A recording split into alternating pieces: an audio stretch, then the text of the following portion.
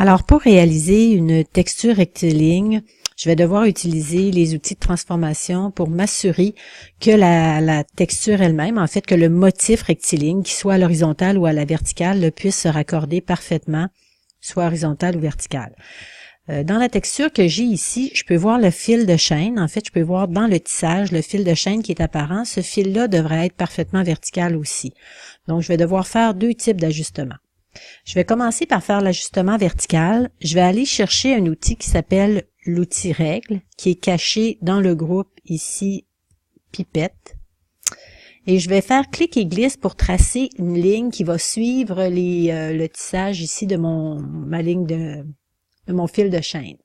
Donc, je vais me coller sur une des lignes ici que je peux voir. Je trace une ligne, clic et glisse, et ensuite, je vais demander de désincliner le calque. Et là, je peux voir que ça a redressé. En fait, la ligne que j'avais tracée est maintenant parfaitement à la verticale et ça a entraîné toute la texture avec. En créant, évidemment, des vides ici et là. Donc, je vais devoir supprimer ces vides-là. Mais avant de faire ça, je vais poursuivre, en fait, ma correction de motif. Je vais faire tracer une ligne repère à l'horizontale pour voir comment est ma rayure, pour voir si ma rayure est suffisamment droite.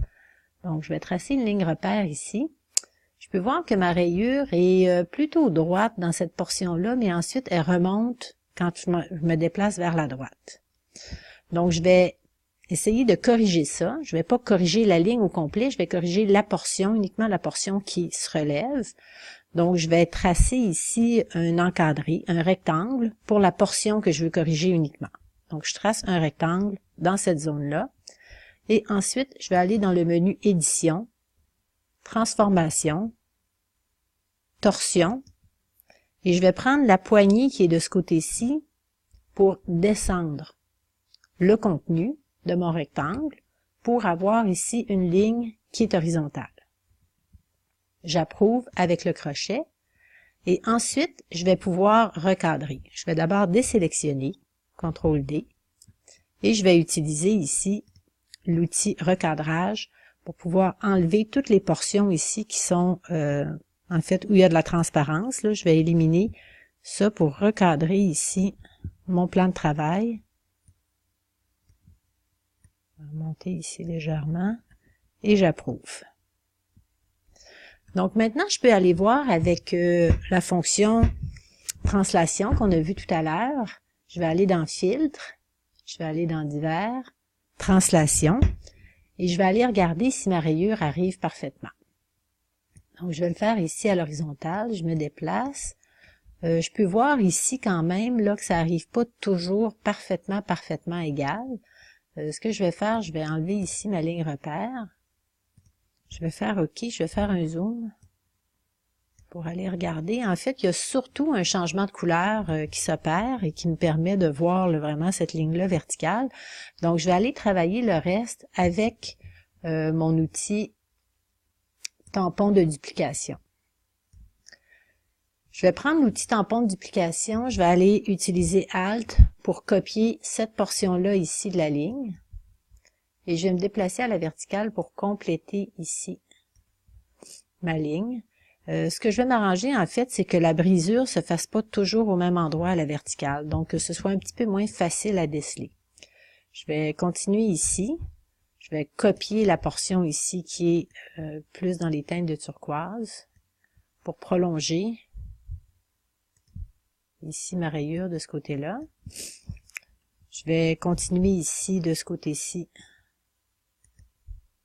à prolonger la rayure turquoise un petit peu plus vers la gauche. Donc, on voit que c'est une rayure qui est un peu inégale. Donc ça me sert bien. La seule chose, c'est que je veux pas que ce soit, en fait, que la brisure se fasse toujours au même endroit verticalement, ce qui me permet de repérer vraiment plus facilement où se fait le raccord. Donc, je continue un peu ici.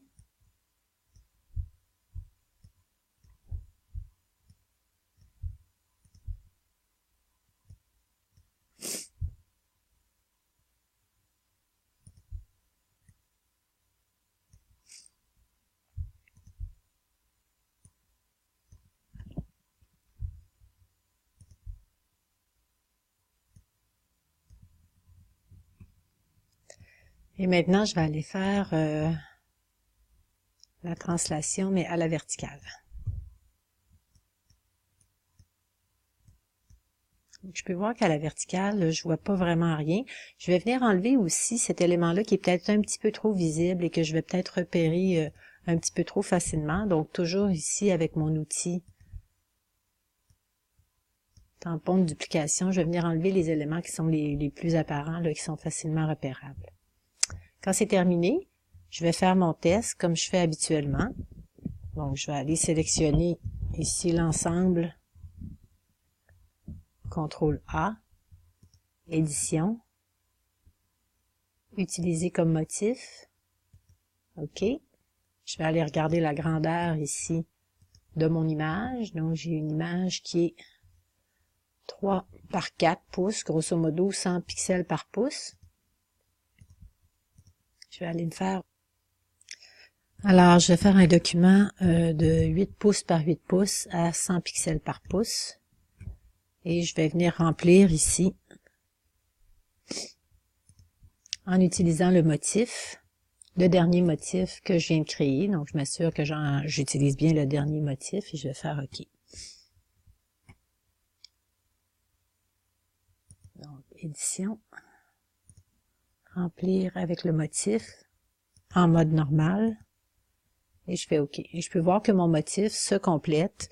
Mes rayures sont continues tout en étant un peu inégales, ce qui est en fait la caractéristique du tissu.